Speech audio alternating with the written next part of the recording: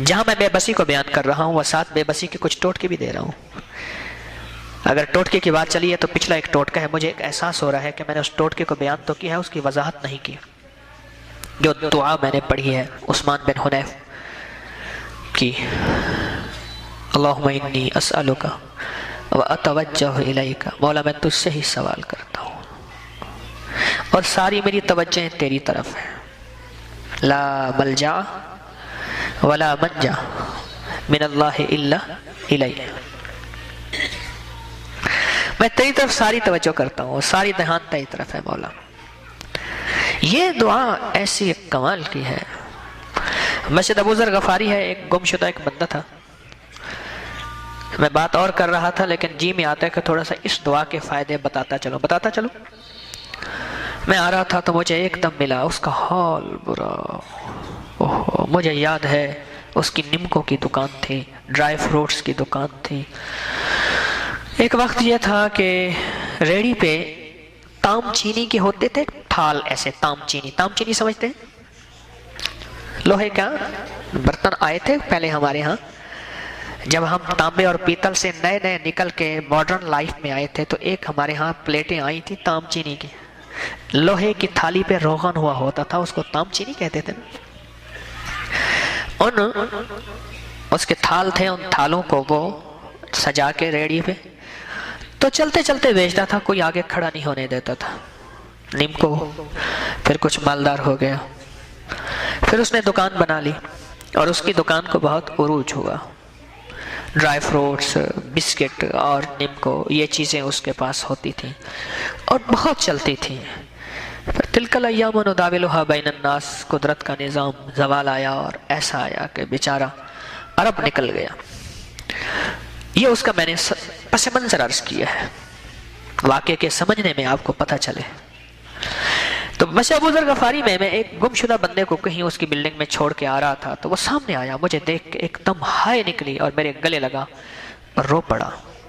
بلک بلک کے رویا، سسک سسک کے رویا کہ میرا تو بستر اٹھا کے کمرے سے باہر پھینک دیا ہے کہ تو کمرے کا کرایہ ہم دیتے ہیں اور رہتا تو ہے، کرایہ سب آپس میں شیئر کریں، سب حصہ ڈالیں.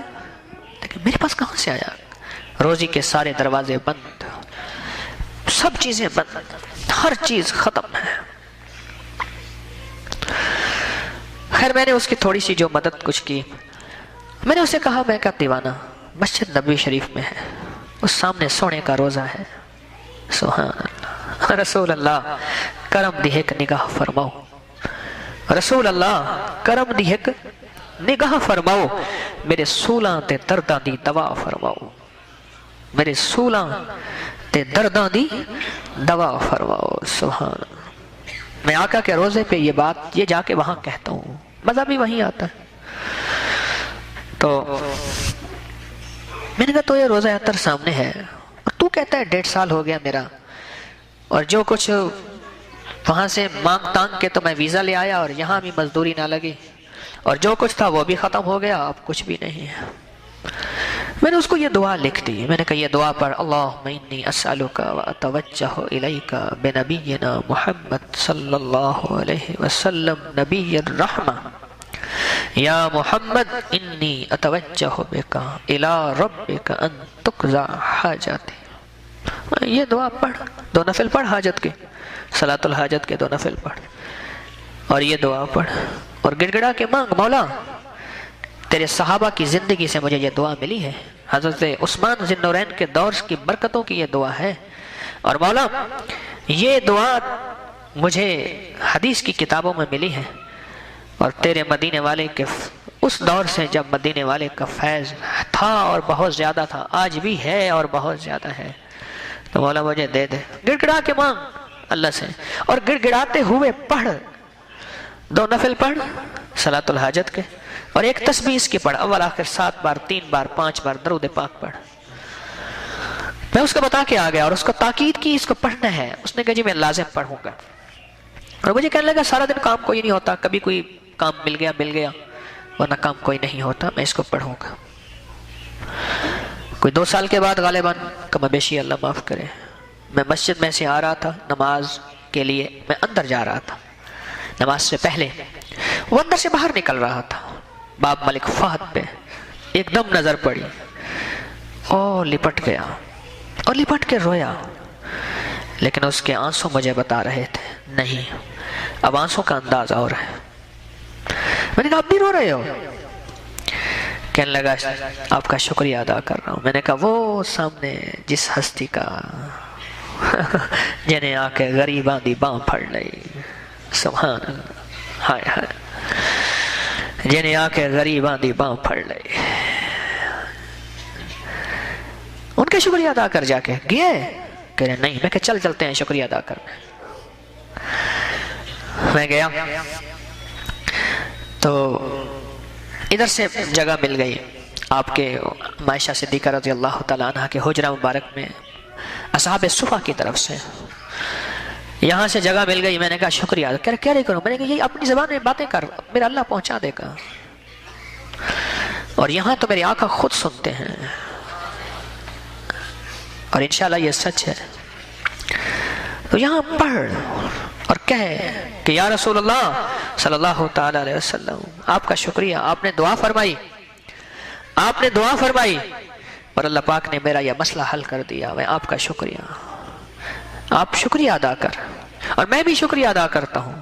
اور یہ دعا پڑھ کے نا آقا کی بارگاہ میں 3 دفعہ سنا دے دل ہی دل میں کہ یا رسول اللہ میں نے یہ دعا پڑھی تھی اور میں آپ کا شکریہ ادا کرتا ہوں، میں آپ کا شکریہ ادا کرتا ہوں۔